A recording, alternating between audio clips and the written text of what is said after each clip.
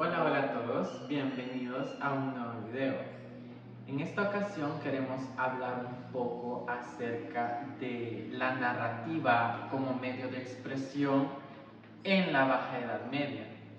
Y nos resulta curioso en particular una obra de este eminente autor, como lo fue Geoffrey Chaucer, y su obra destacada Cuentos de Canterbury. Asimismo, me acompañan mi compañera Catherine Cetino y mi compañero Fabricio Lemos. Así que en este video estaremos tratando puntos tales como los antecedentes de la narrativa, contexto histórico de la Baja Edad Media, la biografía de este magno autor, sus influencias, temas sociales reflejados en la obra, para dar sentido y sustento a nuestra investigación, a nuestra presentación. Entonces, en este sentido, no sé, compañera Catherine, si te parece introducirnos al contexto, al argumento de esta presentación, de este análisis, de esta investigación. Sí, me parece muy bien. Como primera intervención tengo lo que es el concepto de narrativa. Estaríamos abarcando la narrativa, el género literario de la narrativa, el cual es generalmente en prosa y que consiste en contar una historia. Dichas historias pueden ser narradas ya sea reales o ficticias y también pueden transmitirse de manera escrita o oral. Eso nos dice Muriel en el año 2023. Perfecto. Sí, la verdad me parece bastante interesante esa interpretación sobre la narrativa, porque la verdad nosotros como estudiantes de la carrera de lengua y literatura, nosotros tratamos de escudriñar bastante todas estas obras, ensayos que nosotros nos interesamos, ¿verdad? Y en esta obra o en esta serie de cuentos que nos da Chaucer, yo opino que además de cumplir su rol de entretener, también en su narrativa nos genera también ese interés, porque esta serie de cuentos también nos dan señales de protesta, ¿no? Sí, es interesante porque si ustedes se dan cuenta, a veces no nos detenemos como a analizar, o sea, sabemos que existen géneros literarios, podemos categorizar una obra como tal en algún género, sin embargo, considero de que no nos detenemos y decimos, vaya, la narrativa, más allá de ser un género que tiene como características personajes, diálogos, etcétera, que sirven para entretener, como dice el compañero Fabricio, y Chaucer, más allá de entretener y a través de análisis realizados con anterioridad, también se concluye que él utiliza esta narrativa como un medio de protesta. Sí, y eso se ve más adelante debido a que Chaucer nos brinda una perspectiva variada sobre la complejidad de la vida cotidiana. O sea, sabemos de que en cada uno de sus cuentos él plasma una historia en un plano que puede ser real.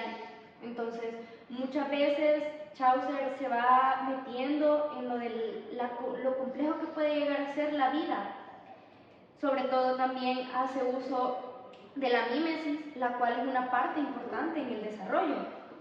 Sí, y yo considero de que para entender a Chaucer, para entender todo lo que le marcó para producir estas obras, es importante entender su contexto sociohistórico, el contexto sociohistórico de la Baja Edad Media. Sí, esto es debido también, como tú lo dices, para poder entender todo este tema, también tenemos que saber un contexto sociohistórico, el cual veremos más adelante, y también cómo la narrativa puede ser muy poderosa a la hora de expresarnos. Puede llegar a ser una crítica social, un medio de expresión. Y todo esto es adaptado para captar lo mismo que ya hablamos, de la complejidad de la vida cotidiana. También se menciona lo que son valores y moralidad, los cuales pueden llegar a ser muy influenciados por las corrientes del clasicismo y del medievalismo. Y estos, cómo se vinculan con los cuentos. O sea, todo esto lo veremos mucho más adelante, el cómo estos 4 factores juegan a favor de todo lo que Chaucer nos quiere dar a transmitir a través de su obra. Y por último, tendremos lo que son la declamación de las problemáticas sociales de una época, como anteriormente se mencionaba. Más adelante veremos lo que es el contexto sociohistórico de la obra y de la vida del autor, y cómo esto influye en cada uno de los cuentos. Perfecto.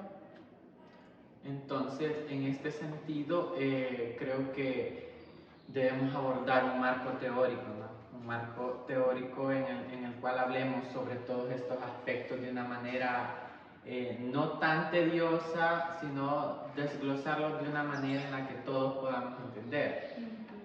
Sí, sería bueno plantear lo que serían unas preguntas para poder delimitar el tema que nosotros vamos a tratar de resolver en este momento. Perfecto, sí, porque así estamos orientando nuestro diálogo. Incluso, o sea, acá estamos compartiendo ideales, ¿no? Y deben de estar sentados bajo unas interrogantes de investigación. Y no sé, ¿qué te parece si nos las dices? Bueno, como primera interrogante tenemos en este día, lo cual es: ¿se constituye la narrativa un recurso efectivo para abordar las problemáticas sociales durante la Baja Edad Media?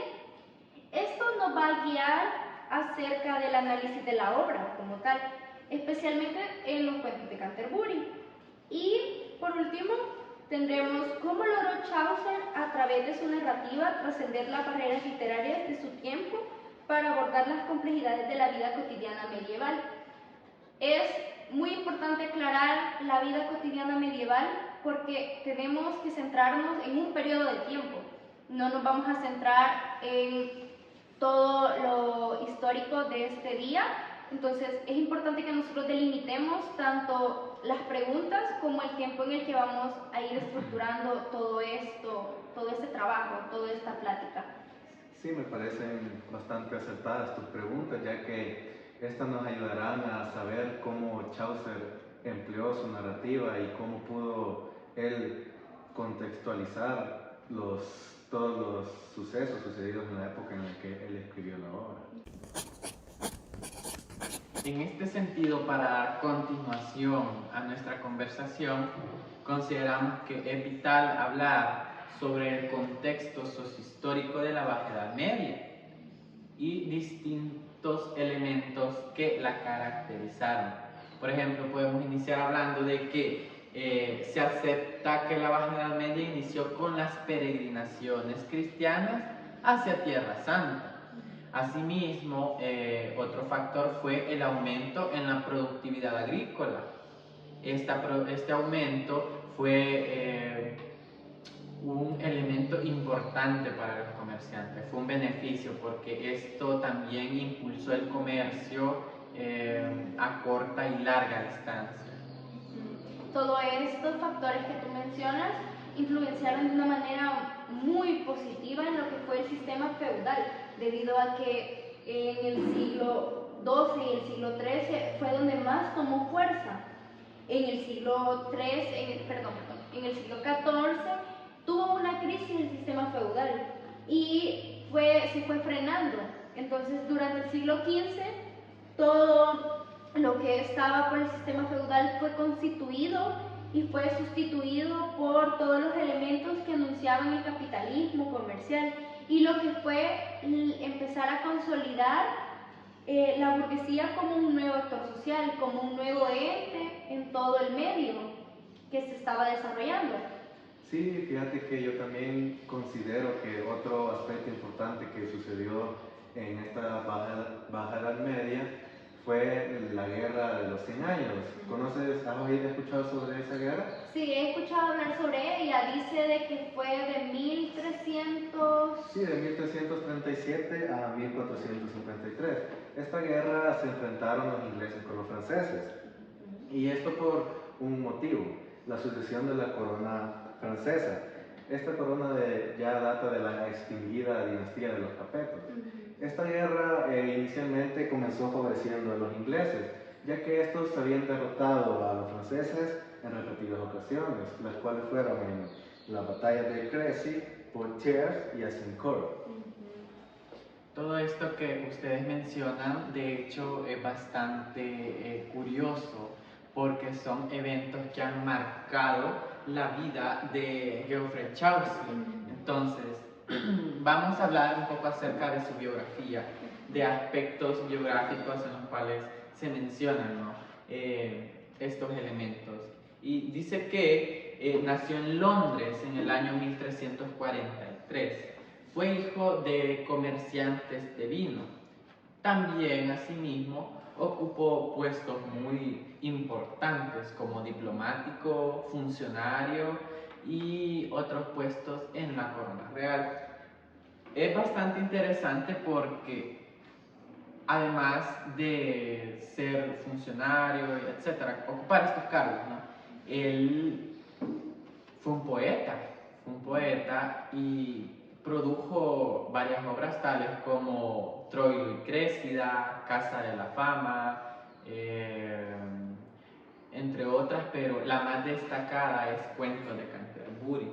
Asimismo, es curioso mencionar la Guerra de los 100 años porque dice que él participó en esta guerra, pero fue secuestrado por los franceses.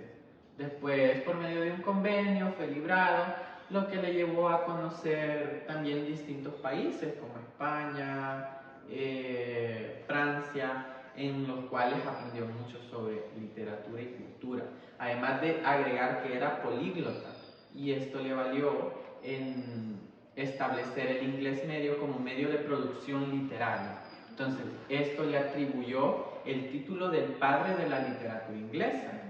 Asimismo, podemos destacar que fue influenciado por eminencias tales como Dante Alighieri y Giovanni Boccaccio. Incluso Boccaccio tiene más influencia en la obra Cuentos de Canterbury, porque en el cuento del administrador hay una parte en donde dice que el molinero terminó cornudo y apaleado. Esta es una gran referencia hacia un cuento del cornudo y el buen apaleado de el Decamerón. Asimismo, podemos mencionar algunos aspectos generales de la obra, tal que es una colección de 24 cuentos. Originalmente eran 120. Entonces, por eso se considera una obra inconclusa, porque de esto solo se retomaron 24, en los cuales dice que es una obra de cuentos narrados por un grupo de peregrinos que viajan hacia la Catedral de Canterbury. Cada cuento refleja diversos aspectos de la sociedad medieval, reconocida como una de las obras más importantes de la literatura inglesa y el mejor libro aparecido en la Edad Media en Inglaterra. Entonces, su contribución al inglés medio fue significativa, como se lo decía, ¿no? Y los cuentos de Canterbury se consideran un hito en la literatura inglesa medieval.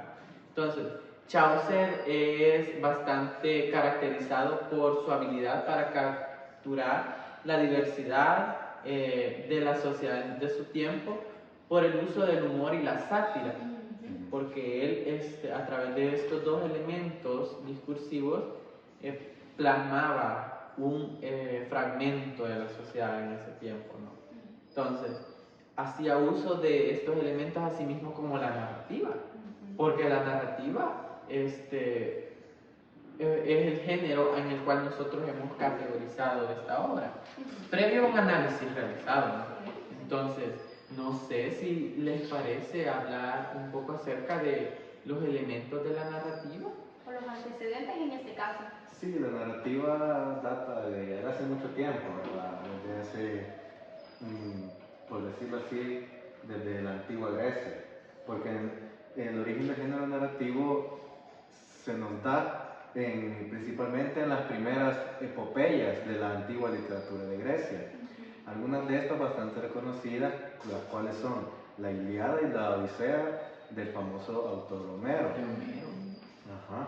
Y estas obras de la Ilíada y la Odisea originalmente fueron escritas en verso, pero debido a las constantes adaptaciones a través de los años, Billy, estas epopeyas fueron adaptándose más a la prosa. Ah, sí. Y esto influenció bastante en futuros proyectos y producciones literarias. Y esto curiosamente también influyó en la narrativa en prosa de Cuentos de Canterbury de Chaucer. Eso también tiene mucho que ver debido a que en ese momento no existía algún método físico en el cual se pudieran escribir las obras. Entonces, todo esto fue dicho por personas que narraban a otras personas lo que eran los cuentos. Entonces, esto puede ser una consecuencia de que muchas personas, como yo les mencionaba anteriormente, contaban los cuentos a otras personas que hayan tenido variaciones conforme vaya pasando el tiempo. Entonces, esto nunca iba a ser igual que tú contaras una historia, porque todas las personas sentimos, narramos de diferente manera. Entonces, así era como todos iban percibiendo estos cuentos de diferentes formas. Se iba distorsionando algo. Ajá, el argumento, porque va hablando coloquialmente, o sea, probablemente la compañera Cetino fue fuente primaria de algún evento, de algún acontecimiento mientras ella venía de camino a la universidad. Entonces viene ella, nos relata ese acontecimiento, pero asimismo le puede agregar o le puede quitar algunas acciones, ¿no? Y nosotros, posterior, pues, nos hace interesante nuestro relato y se lo queremos contar a nuestros amigos. Entonces, nosotros no lo vamos a contar de la misma manera en la que ella lo hizo, porque todo también incluye como la emoción con la que nosotros lo contamos. Y los toques de personalidad de cada quien. Exacto. Y cómo narra. La espiritualidad, otro factor bastante importante. Son elementos muy marcados que se vieron en ese tiempo porque, como yo les mencionaba anteriormente, ¿verdad? No había algo en el que se pudiera escribir. O sea, no se podían plasmar las ideas como tal en un libro o en algún lugar en el que se pudiera escribir. Entonces, todo era hablado, todo era narrado. Y ahí es donde vienen los elementos de la narrativa. La narrativa en su origen puede ser una historia bastante interesante, la cual casi siempre debe de tener un narrador, por lo mismo que se mencionaba anteriormente, ¿verdad? Porque se debe contar una historia. Pueden ser sucesos reales o ficticios, como ya lo vimos, y tenemos diferentes tipos de narraciones. Entre estas pueden estar el cuento, la novela, la epopeya, el mito, la leyenda y la fábula. Este género, su origen lo tiene en la épica, que es uno de los géneros más importantes de la historia. Por lo que ya veíamos, todos estos antecedentes han formado lo que hoy conocemos como narrativa, lo que hoy podemos sustentar en esta obra y lo que podemos visualizar, analizar y comprender en este momento. Sí, porque, o sea, Cuentos de Canterbury, al tomar en cuenta los aspectos que nos decía la compañera Catherine, tales como fueron la oralidad y el empleo de la prosa, la narrativa fue un recurso discursivo que ayudó a sentar la base de una producción literaria que hasta el día de hoy sigue siendo fundamental en la comunidad literaria. Ya llegando al clímax de nuestra conversación, necesitamos hablar un poco acerca de la obra, o sea, ya en profundidad. Sí. Entonces, los Cuentos de Canterbury de Geoffrey Chaucer emerge como un monumento literario del siglo XIV. O sea, fue una obra magna, encapsulando la riqueza y complejidad de la sociedad medieval inglesa.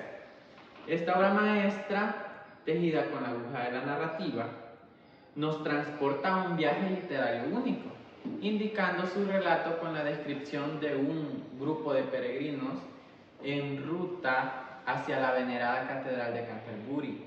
Entonces, durante este viaje, Chaucer propone, a través de un personaje, porque Chaucer en la obra es un personaje, propone a cada peregrino contar su propio relato, prometiendo que quien cuente el mejor cuento, valga la redundancia, será acreedor de un banquete, de una cena. Entonces, a través de esta diversidad de personajes, Chaucer refleja las distintas clases sociales o los distintos estratos sociales. Entonces, la estructura singular de la obra se revela a medida que cada peregrino decide contribuir a la travesía contando un cuento propio. Este entramado narrativo no solo sirve como un reflejo multifacético de la sociedad medieval, que abarca desde nobles, como les decía, desde nobles hasta campesinos, sino que también permite a Chaucer desplegar su aguda observación y comprensión de la diversidad humana. Entonces, las historias que abarcan géneros tan diversos como la fábula, la comedia, el romance y la sátira se convierten en espejos que reflejan las capas de la vida medieval, desde los salones de la corte hasta las idílicas, pero a menudo crudas, realidades de la vida rural. Entonces, en este sentido, creo que es importante hablar también de las problemáticas o los temas abordados en esta obra, ya que al ser un solo, ¿no? Una sola recolección, una colección, habla acerca de distintos temas. Sí, fíjate, Billy, que podríamos catalogar lo que tú dices como elementos de la obra. Correcto. Y uno de los elementos bastante importantes que a mi parecer Chaucer aborda es la crítica social, ¿verdad? Y en la crítica social Chaucer engloba también la diversidad humana. Al hablar de diversidad humana hablamos de cómo el autor permite abordar cuestiones de clase, poder y jerarquía social. No sé, Vicky, si tú has leído el cuento del fraile o los cuentos de la mujer de Bath. Sí, el cuento de la mujer de Bath me parece muy interesante porque toman como una referencia hacia el modelo o idealización de la mujer en la Edad Media. Sí, en estas obras, en estos cuentos, Chaucer critica y cuestiona bastante a las instituciones sociales ya establecidas en esa época. Asimismo, desafiando las normas y explorando las tensiones inherentes a las relaciones de poder que se había en esa época, ¿verdad? Y también otro elemento que me encanta mucho cómo Chaucer lo aborda es la moralidad y la naturaleza humana, ¿verdad? La exploración de la moralidad y la naturaleza humana te lo voy a explicar como un hilo. Imagínate un hilo que va entrelazando todos los cuentos en la obra. Y así, porque así de este modo, en cada cuento se puede representar a personajes que encarnan virtudes y vicios, ¿verdad? Que en estas historias se viven como alegorías que ilustran las consecuencias de las acciones humanas. Por ejemplo, el cuento del caballero. Este cuento nos ofrece una visión bastante idealizada de la virtud. Un esquema. Y también, a su vez, el cuento del molinero. Tú lo conoces, ¿verdad? El cuento del molinero, muy gracioso, la verdad, me parece muy gracioso, muy divertido. Sí, este cuento de verdad es que se sumerge bastante en lo que son terrenos oscuros y cómicos, ¿verdad? Sí, sí. Y esto sí también explorando la corrupción y la fragilidad humana. También tenemos otro elemento como lo es la representación de la mujer y la crítica feminista. O sea, en ese tiempo la mujer había mucho lo que era el rol de género. Se sabía que una mujer tenía que regirse por ciertas normas, ¿verdad? Entonces, en el relato del cuento de la mujer de Bath, específicamente, es particularmente notable el aspecto ese, ¿verdad? La mujer de Bath, con elocuencia y franqueza, desafía cada uno de los estereotipos de esa época.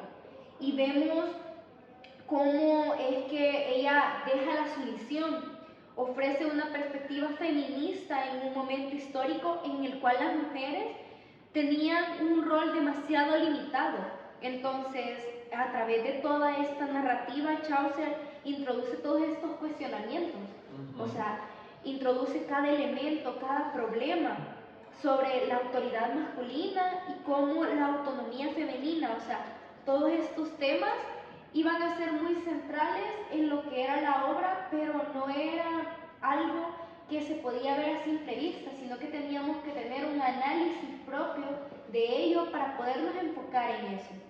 De hecho, existen estudios, diversos estudios específicamente de este cuento, ya que en la Edad Media hablar de feminismo incluso hoy en día sigue siendo crucial, porque como tú dices, los roles de género eran los estereotipos, la iglesia a través de la Biblia dictaminaba cómo el ser social debía de actuar, ciertas normas para poder convivir en sociedad. No sé si hay... Y por último, hay un último elemento. El último elemento en este caso que nosotros abordamos fue la sátira y la crítica de las instituciones religiosas. Aquí era lo que tú mencionabas, o sea, en ese tiempo todo era regido por la iglesia. Entonces, Chaucer empleaba la sátira de una manera magistral para abordar todas las problemáticas relacionadas con las instituciones en ese tiempo, sobre todo con las instituciones religiosas. Por ejemplo, en el Encuentro del Fraile son ejemplos claros de cómo el autor satiriza la hipocresía y la corrupción que había dentro de la iglesia en ese tiempo. O sea, se sabe de que son temas muy delicados y se sabe que son temas que no a toda la gente le gustaba abordar. Entonces, Chaucer lo aborda de una manera irónica, de una manera sátira, para que la gente no lo sienta como un bombardeo hacia sus creencias, hacia lo que pensaban, hacia sus ideales. Entonces, a través de personajes, él cuestionaba la conducta moral de aquellos que ostentaban roles religiosos, o sea, de aquellos que creían que podían hacer mucho más o que creían que podían ser mucho más que los demás. Entonces, aquí también hablamos un poco de lo que es los prejuicios sociales que se tenían en esa época. Pero todo esto, conjunto de lo que acabamos de hablar, ha sido de todos los elementos que nosotros hemos tratado de abordar para dar respuesta a las dos interrogantes que planteábamos al inicio. Por último, en este apartado vamos a mencionar lo que son los elementos narrativos que nosotros hemos distinguido hemos ido analizando, comprendiendo lo que es la obra. Y como primer elemento narrativo tenemos lo que es el diálogo. Este elemento es muy notorio porque, o sea, si bien sabemos de que tenemos un narrador presente, pero eso no quiere decir que el narrador diga todo y los personajes no hablen, no, los personajes tienen voz propia. Entonces, los personajes dialogan entre ellos, se cuestionan, dicen esto, porque lo otro. Entonces, esto es un elemento narrativo muy notable. Otro tenemos que es la descripción. A través de la narración que hacen los personajes dentro de cada cuento, se describe la atmósfera, o sea, se describe cada entorno que rodea al personaje o en el que se desenvuelve la obra. Y si ustedes lo han notado, Chaucer lo maneja demasiado bien. Se siente como que uno está dentro de... Exacto, vivir el cuento, lo sentí de una manera muy profunda. Y todo es por los elementos narrativos que se ha utilizado. Entonces, aquí también tenemos otro elemento narrativo, el cual ya se los mencionaba anteriormente, es el narrador. O sea, este es un narrador enmarcado. Es un personaje, como nuestro compañero Billy lo mencionaba, y se presentaba en una estructura donde múltiples personajes dentro de la historia son narradores. Esto quiere decir que no es por cada cuento el mismo narrador, sino que siempre vamos cambiando de temática, vamos cambiando de perspectiva, pero siguiendo el orden o el mismo elemento que ya estábamos mencionando. Muy curioso. Así es, entonces... Y bastante acertado también. Sí, la verdad es que sí, porque esto nos lleva al siguiente elemento, el cual es una estructura lineal. Cada cuento, como sabemos, tiene una estructura que esto nos ayuda a ponernos en contexto con cómo se está dirigiendo lo que es la obra. Porque si solo se hablaran de cuentos, cualquiera pensaría que es una colección de cuentos creada por el mismo autor. Pero como nuestro compañero Billy nos mencionaba, es una colección de cuentos que los peregrinos crearon en el momento. Sí, y curiosamente, a través de epílogos, Chaucer conecta todo. O sea, es una estructura lineal. No así como en distintas colecciones, por mencionar Cuentos de Barro, en donde cada cuento tiene su propio argumento. Azul, en donde no se de Rubén Darío, donde no tiene una relación uno con el otro. En cambio, Chaucer entrelaza a través de epílogos a los personajes. Y también entrelaza a través de elementos, pero no son notorios. O sea, no es algo que se pueda leer a simple vista. O sea, se tiene que analizar con profundidad cada uno de ellos. Y eso nos lleva al siguiente elemento, el cual son los personajes. Cada cuento es abordado a través de diferente trama. Sin embargo, la obra entera es lineal, como mencionábamos, o sea, no pierde su esencia, no pierde el rumbo de cada situación. Te deja con ganas de seguir leyendo el próximo cuento. Sí. Porque todo va en una estructura lineal.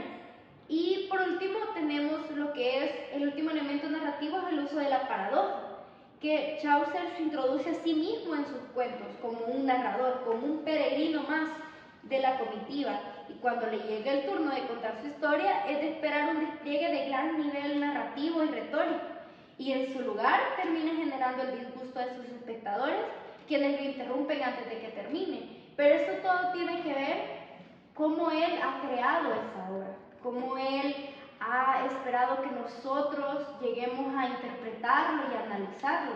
Entonces, cada uno de estos elementos han sido base para que todo este trabajo dé sentido a lo que estamos estudiando. Todos estos elementos son los que componen y constituyen a esta obra como una narración. Entonces, en vista de todo lo que hemos hablado, podemos analizar la diversidad de temas abordados en esta obra. O sea, la relación de todo esto nos enmarca a una realidad medieval. Entonces, Chaucer, como lo decían nuestros compañeros, aborda de temas como el amor cortés, la naturaleza humana, las clases sociales, el feminismo, la riqueza, el matrimonio, las ciencias, la religión y los valores morales que son indispensables, nos da un panorama acerca de todo esto. Entonces, asimismo, hemos logrado evidenciar distintos elementos narrativos, distintos elementos que sustentan la obra de Cuentos de Canterbury. Sí, desde un punto de vista analítico, ¿verdad?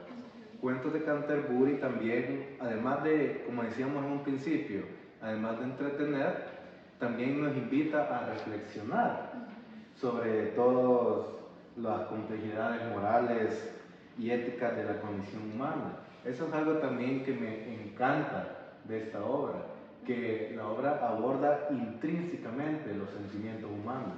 La obra muestra la realidad de las personas, todos sus sentimientos y emociones. Y también, como ya mencionábamos, que la crítica era un elemento clave, ¿verdad?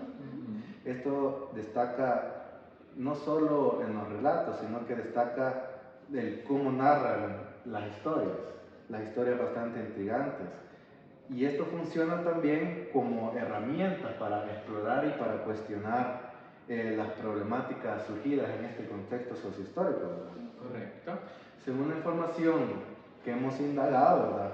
La obra, llegamos a un análisis de que la obra es bastante, por decirlo así, una crítica transparente, ¿me entiendes? Sí. A las vivencias en la sociedad de la Baja Edad Media, que como ya decíamos es el contexto sociohistórico en que se desarrolla, ¿verdad?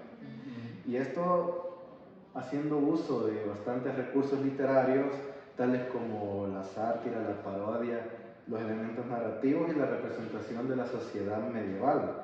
Y todo esto, como ya te decía, a través de sus personajes.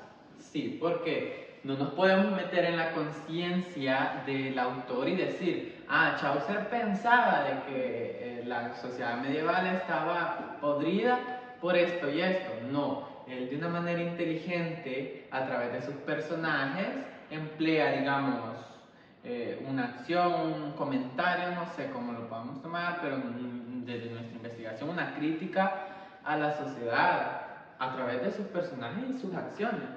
Asimismo, podemos considerar a Chaucer como uno de los precursores de la prosa inglesa, rompiendo los esquemas de la producción narrativa en verso con su obra, ¿no? Cuentos de Canterbury. También uno de los descubrimientos más interesantes en este estudio es el narrador, lo que mencionaba la compañera Cepino, ya que la teoría nos plantea a Chaucer como un narrador enmarcado, en el cual participa como narrador y personaje, y a través de los epílogos contextualiza y da voz a los personajes dotándolos como narradores también, en calidad, lo que abre un mundo de diferentes perspectivas en una misma colección. Entonces, es increíble cómo todos estos elementos constituyen que la narrativa pueda llegar a ser una herramienta de crítica y protesta social, ¿no? En conclusión, tenemos que el contexto sociohistórico ha influido de muchas formas en el contexto de producción de esta obra, debido a que todo, o sea, lo de la peregrinación, el cual fue una influencia demasiado fuerte en los cuentos, porque si nos damos cuenta, los cuentos se basan en una peregrinación, la guerra de los 100 años, en el contexto, en la época en la que se desarrolla, la cual es la Baja Edad Media, la sátira, lo que es la representación de la mujer, la moralidad, la crítica social, todos estos elementos que se han visto a lo largo de esta obra, a lo largo de este análisis, nos han dado pie para que nosotros podamos comprender por qué es que se da cada uno de estos, por qué es que nosotros vemos como vemos las cosas, por qué nosotros creemos que esto se dio de cierta manera y cómo todo esto, todo el contexto sociohistórico influyó en lo que fue lo del contexto de producción, o sea, influye en todo lo que se creó de la obra. Entonces, los distintos estratos sociales también. Sí, también estoy bastante de acuerdo con lo que tú dices. Y también cabe recalcar que todo eso no hubiera sido posible sin el ingenio y la astucia del autor a la hora de narrar los cuentos, ya que es bastante acertada la forma en la que el autor escogió narrar esos cuentos, ya que la prosa no tan acorde a los estatutos de esa época, pero sí supo llevarla a lo largo de toda la obra, ¿verdad? Sí. Y a mí, en lo personal, lo que más me gustó fue lo que mencionaban de la paradoja, de cómo el autor se introducía a él mismo en la obra. Y esto es un elemento que me encanta, ya que para esa época no era muy común ver estos invenciones literarias. Podría decir que es incluso un pionero. Así mismo. Sí, porque como el conjunto de todos estos aspectos que hemos logrado abarcar a lo largo de este conversatorio han podido o hemos podido llegar a este tipo de conclusiones, hemos podido llegar a comprender todo lo que él nos quería o quería dar a aportar a la literatura. Exacto. Es también interesante ver cómo Chaucer desafía a la iglesia. O sea, es que él es un genio porque si nos detenemos también, se concluye de que a través de todos estos temas toma como centro la naturaleza humana. O sea, que a pesar de que hay una moralidad, a pesar de que hay una ética, hay principios religiosos, no podemos abandonar nuestra naturaleza, no podemos abandonar el ser. Entonces, también, asimismo, creo que da indicios hacia la antropología, hacia el antropocentrismo, que posteriormente se mira en el Renacimiento, pero de eso vamos a hablar en otro video. Así que esperamos que les haya gustado muchísimo los temas tratados en este video, en este conversatorio, y que puedan indagar más acerca de este tema. Así que nos vemos en una próxima edición. Gracias por escucharnos, por escucharnos y por aprender, porque al final del día aprendimos cada uno de nosotros de todos los aportes que hemos dado. Así es.